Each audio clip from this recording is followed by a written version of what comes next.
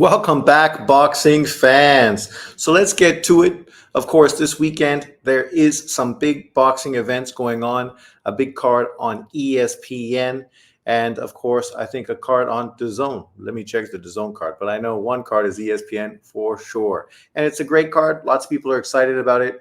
It's probably a card that a lot of YouTubers from the States aren't talking about because the fighters are not at the glamour weights that a lot of these guys fanboy for, unfortunately.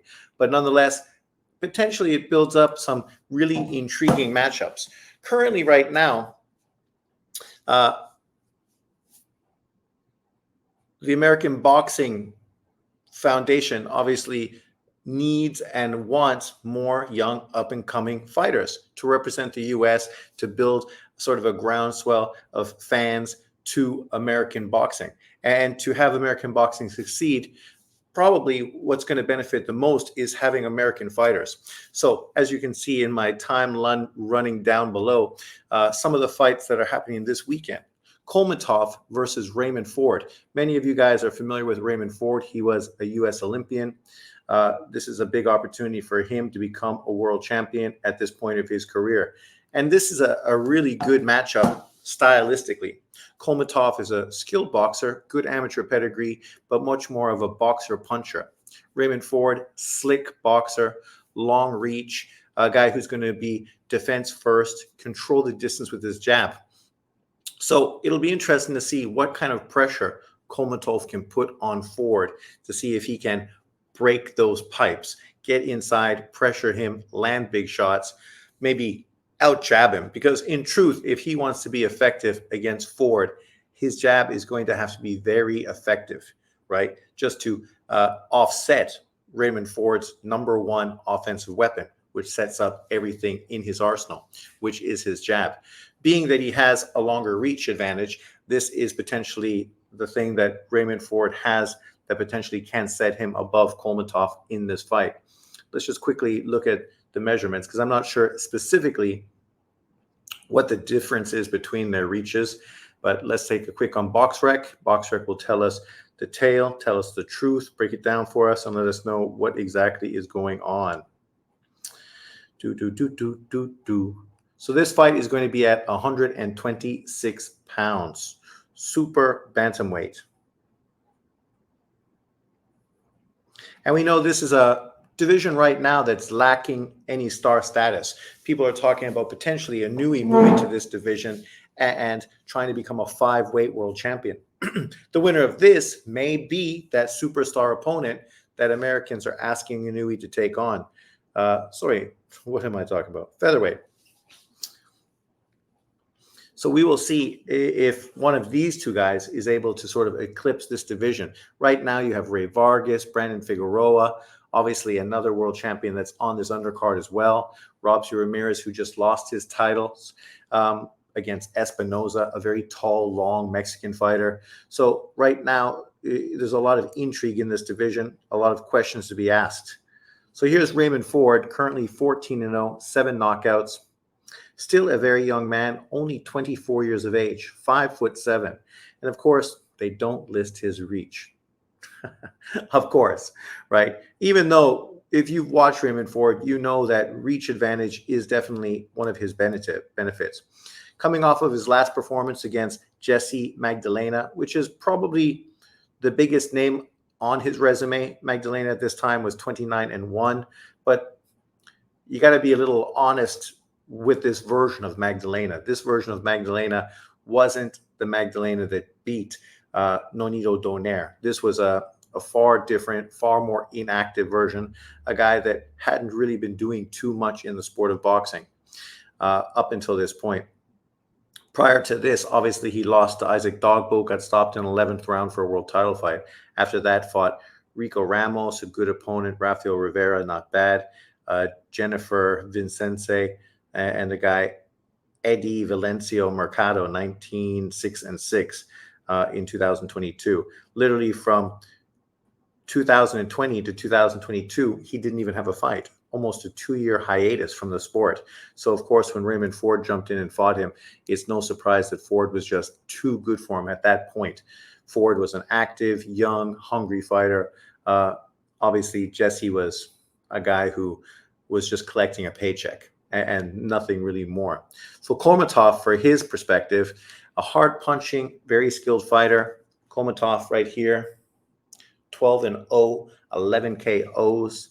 He's a bad man coming out of Uzbekistan, 25 years of age. So he's not old either, right? These guys are right in that perfect sort of period of time for their careers. Not quite at their best, but on the rise, 24 and 25 years of age. He also is 5'7", but I definitely think that Raymond Ford does have the reach advantage over him. Of course, my battery is empty, so let's hope my phone holds out. If we look at his career right now, he hasn't been in with the best of opponents. His last fight was against a very abysmal opponent, a guy in Balam Acosta, who was 7-14-4. He stopped him in 8 rounds. Obviously, that is not the fight to really prove that he is a high-level opponent. In his fight prior to that, he beat undefeated UK fighter Thomas Patrick Ward, who was 33-0-1, stopping him in 5 rounds. And that probably is the defining victory of his career. And this Patrick Ward, obviously UK boxing fans are going to be far more familiar with him. He's not really a power puncher, much more of a long slickster. 5'7", 5'6", 29 years of age. Some of the people that he had faced prior to that, he faced, where are some guys that we're familiar with? Oh, to be honest, I'm a little disappointed in his resume. I thought there'd be a few more UK fighters that I wasn't familiar with. But yeah, not too much. He does have a fight scheduled coming up soon against a guy who is 14-4-2. Prior to his fight with Kolmatov, he fought Ali Marangi, who was 12-2. Prior to that, he fought Alex Cabore, who was 29-5. Leonard Padilla, who was 20-3. Those were the 3 fights leading up to his fight with Kolmatov. People would not be surprised if Raymond Ford went out there, controlled the distance behind the jab, had Kolmatov chasing him all night, trying to get inside to land big shots against him, but failing to get into range. And Raymond Ford easily winning this fight by a unanimous decision. This would be an easy prediction to make, one that I think many people probably will make. I have a little more faith in Kolmatov. He's got a lot more experience. Not more than Ford, I just mean a lot of experience, and I think he's definitely going to rise his level based on his opponent. He's a very skilled fighter, good power, very patient, and able to sort of follow through on his game plan very well. I think his boxing IQ is pretty good, and I think that's going to be the difference between him being one of those guys that's unable to cut off the ring and get inside to be effective, to what he's going to do, which is time Raymond Ford's jab, be effective for the most part landing his jab, which is going to be more timing over length, and getting on the inside and then really gradually breaking Raymond Ford down. Raymond Ford isn't the most powerful of punchers, and I think this is also going to be a detriment to him, because after Kolmatov gets comfortable with what's coming back, I think he's going to be a lot more confident moving forward. And because of that, he's going to be far more effective. What other cards are happening on this card? Actually, this is a pretty good card. A 2-fight world title event from ESPN on Top Rank. Obviously, this is for the vacant title that would just drop to move up to 130 pounds. On the undercard of this fight, what are you doing? We have, there we go, Luis Lopez. I think he is the IBF world champion, is he? Luis Alberto Lopez, 29-2, 16 knockouts. Tough Mexican fighter, a little awkward in the way he attacks people, but big puncher, dangerous hooks, Not the tallest fighter, 5'4" with a 66.5-inch reach. Not bad. His reach is a little deceptive.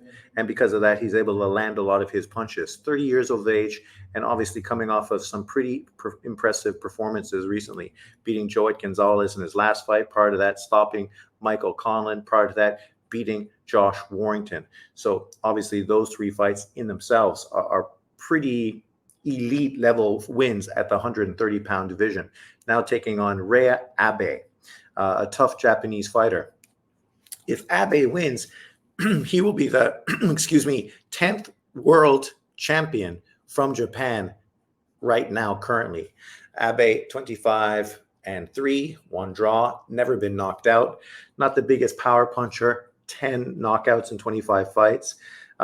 Pretty tall. He's one of those tall, long Japanese fighters who controls the distance. He is 5'7.5", so he's going to have quite the reach and height advantage over Lopez. But at the same time, as I said, Lopez is deceptive. The way he changes his level and punches up and over. And a lot of times those are the shots that land because people don't see them coming. So it'll be interesting to see how Abe is able to deal with Lopez's power and if he can keep Lopez honest, right? He's got to land some pretty crisp, short punches so that Lopez knows that something is coming back. If not, very similar to Raymond Ford, he may be in a situation where Lopez just walks through his punches and eventually breaks him down and stops him. When we look at Abe's career, obviously his two losses came very early in his career. His most recent loss came to another Japanese fighter in Ryo Sagawa, who was 7-1, beating him in 10-round decision. Since then, he's went on a 1, 2, 3, 4, 5, 6 fight win streak. One of those victories obviously coming against Kiko Martinez. And we know Kiko Martinez was just recently a world champion, which is what obviously elevated Abe into this world title fight with Lopez. It'll be an interesting matchup. These two cards, you know, the good thing about it is you have two longer fighters who are going to try to control range and control the distance behind their jabs. And then you have two more aggressive punchers who are going to try to get on the inside and land heavy leather. And the question is, can they do it? And that's going to be the question for both of these fights. With the Komatov fight, as I said, I would not be surprised to see Raymond Ford make this a very boring fight, but win a unanimous decision. But my prediction is going to be Komatov by late round stoppage. For Lopez, he's in the situation where, you know, he's been in with top level opponents and obviously is feeling himself. He's been in with guys that were very slick and was able to get past them and win. So I know that moving forward with Abe, he's going to feel very confident that there's nothing Abe can bring that he hasn't seen already.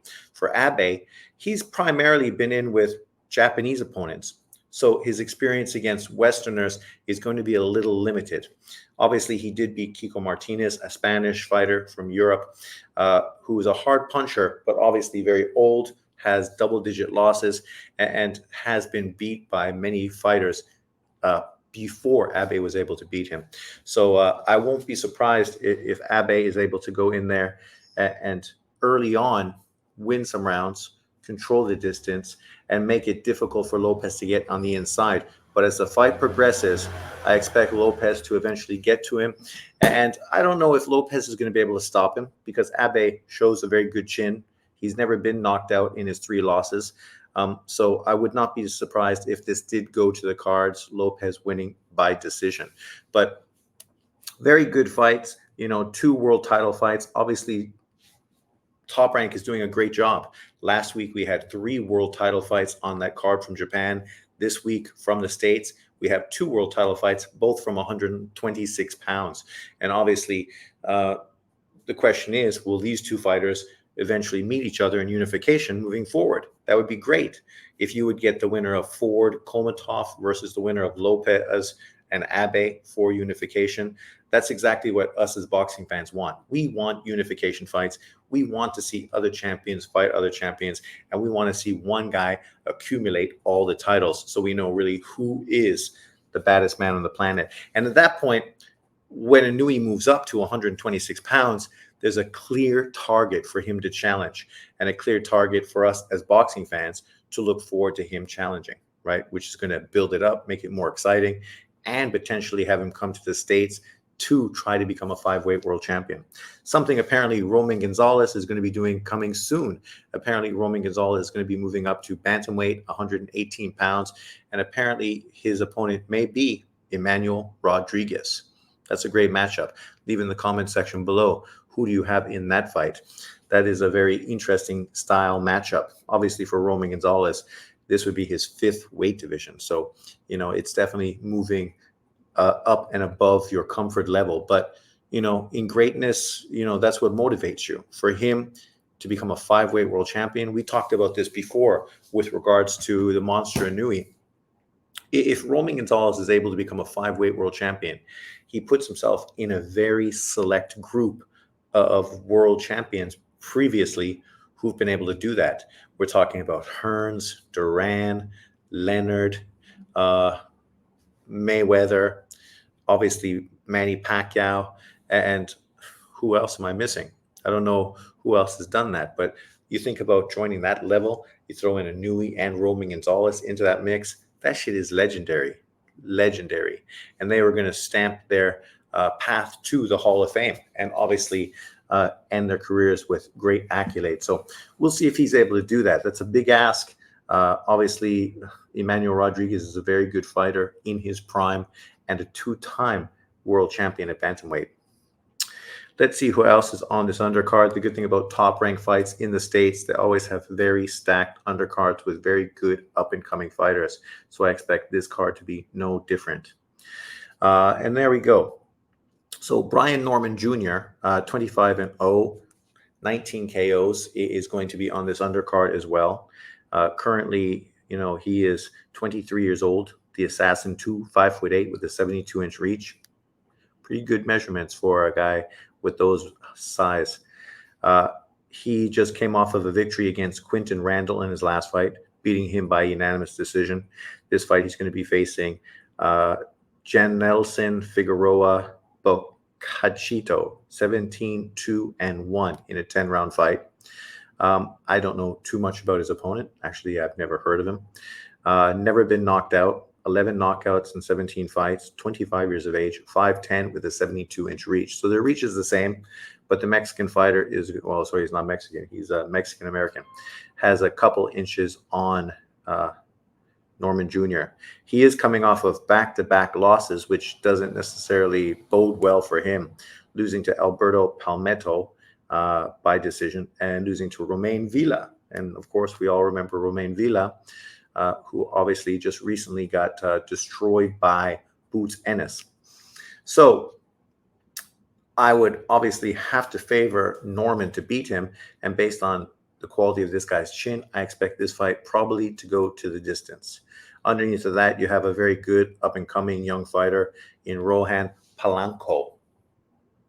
Another rising top-ranked fighter, 11-0, 7 KOs, Dominican fighter, 25 years of age, 5'10". He's going to be fighting Tanik Zania, 13-0-1. In his last few fights, he's been in with really good competition, right? Keith Hunter, 15-1, Cesar Frances, 12-1, Ricardo Quirez, 12-1. So they've been putting him in with guys with winning records, a lot of confidence, guys who probably saw that as an opportunity for them to really make their name. And in all 3 cases, he ended up winning convincingly, winning the first fight by decision, the next 2 by TKO, and obviously has moved from 6-round fights to 8-round fights. This one is going to be an 8-round fight.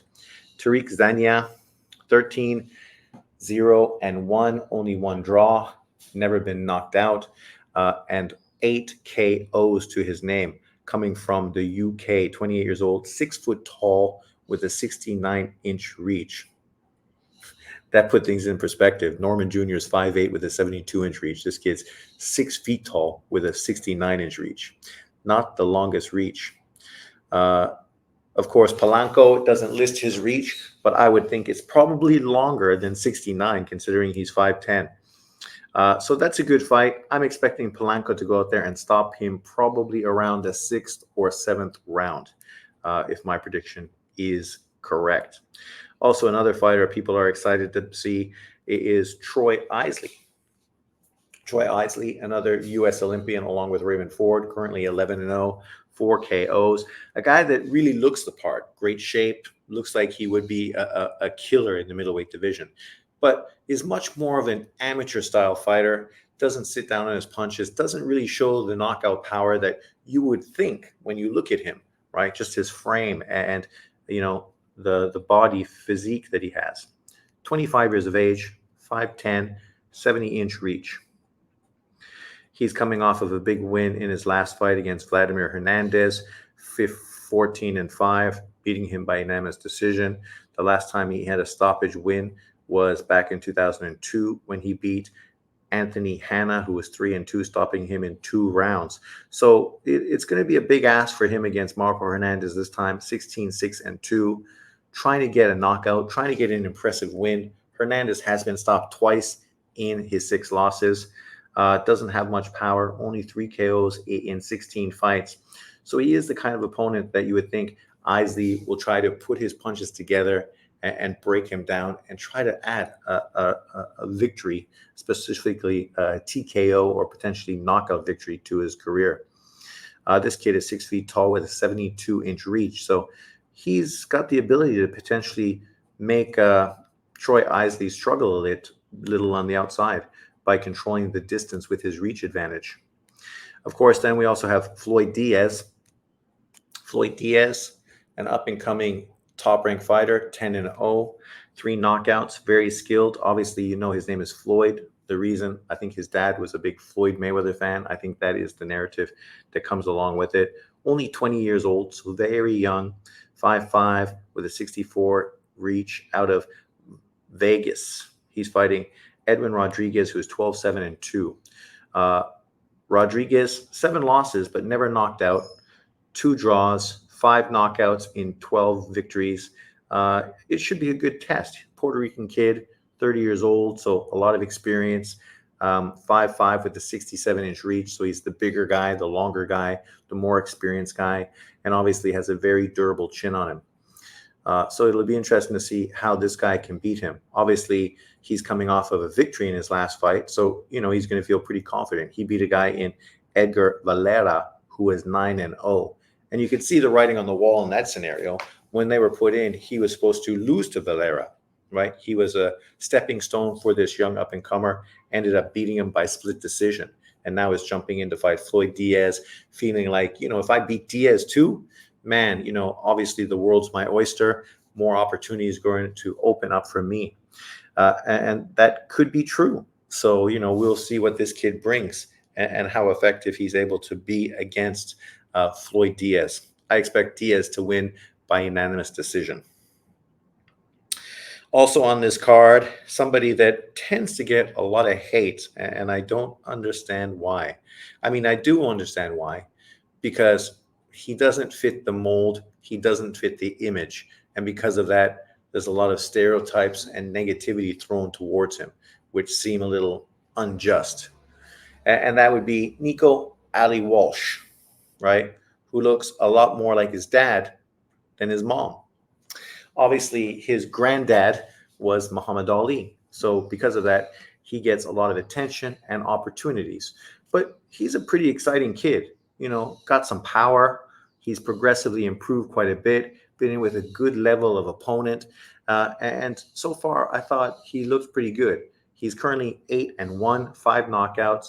His 1 loss, it's not like he was destroyed. It was a very competitive fight, the kind of fight young guys need to improve. He's only 23 years old, didn't have a lot of amateur pedigree.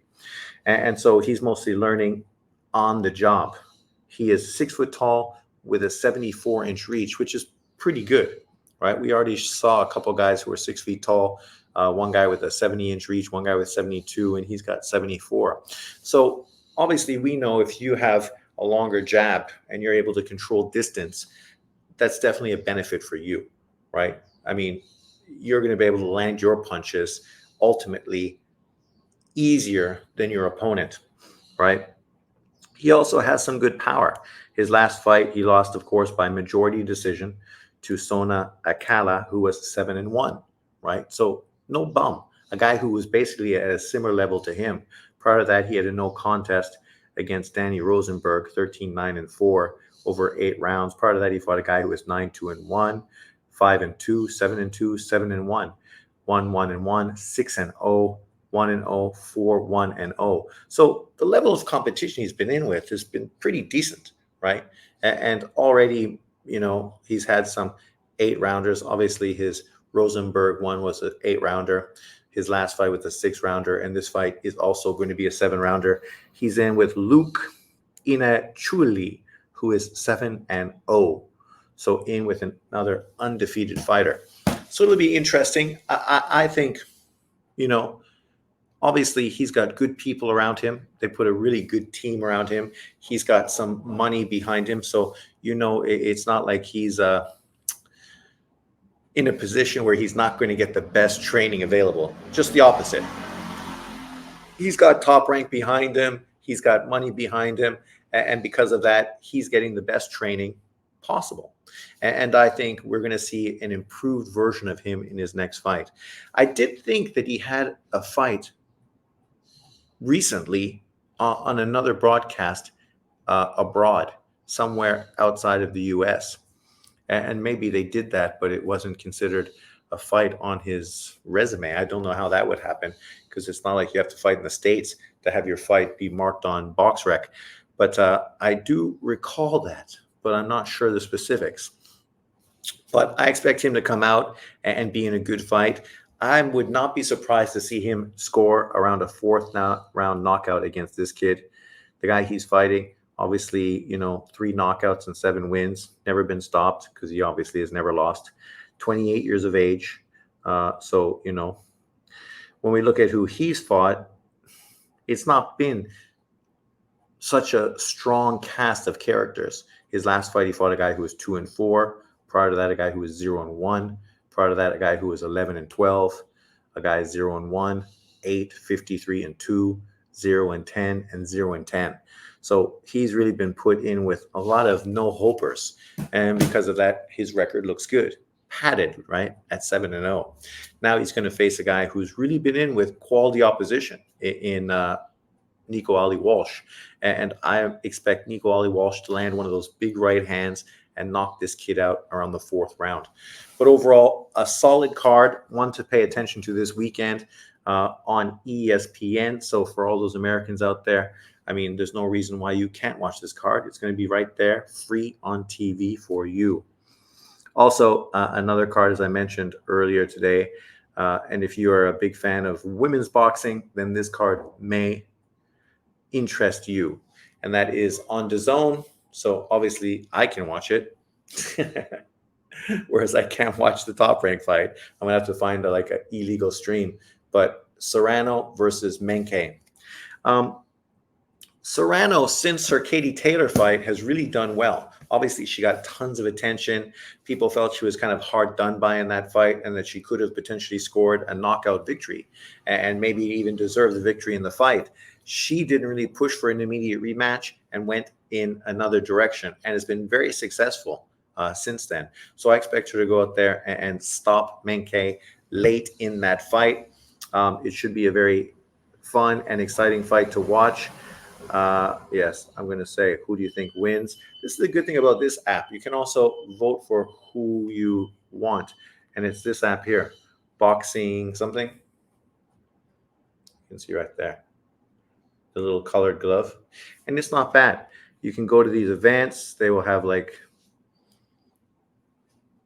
things you can vote for, a little more interactive, gives you quite a bit of information on the event and all the people participating. When we look at this card overall, not bad. I'm surprised this card is not getting more attention. Jake Paul is once again in the ring. And this time he's fighting Ryan Borland in an 8-round cruiserweight fight. You got to give it to Jake Paul. He stays active. He's working hard. And he's being pretty effective in his career so far. I have a lot of respect for him, unlike his brother, who obviously went into boxing more as just a cash grab, whereas he sort of, I think, fell in love with the sport and definitely has been a good boost to the sport in the States.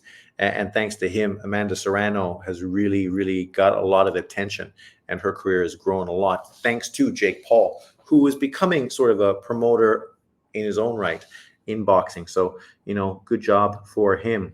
Also, Jonathan Gonzalez is going to be defending his WBO junior flyweight title on this card against Renny Santiago. So that's great. You also have another world title fight. Obviously, Serrano is having her WBO, WBA, IBF world title fight. So that's a great fight. 3-belt unification. And then, of course, Jonathan Gonzalez.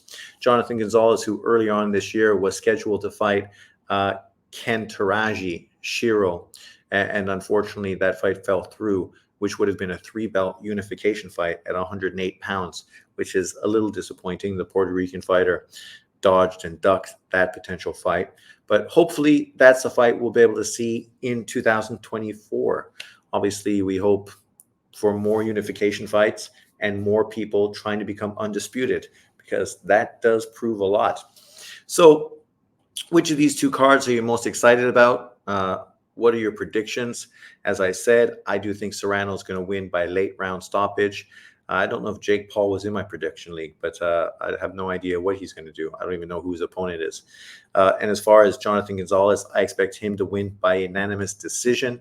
He's not a power puncher, but he's a very long, slick, awkward boxer who does what he has to do to win decisions. So I expect him to go in there and do what he does and remain the WBO world champion. But thanks for jumping in. Thanks for watching. Remember to like, subscribe, and share. And I will see you next time. Peace out, everyone. Have a good one.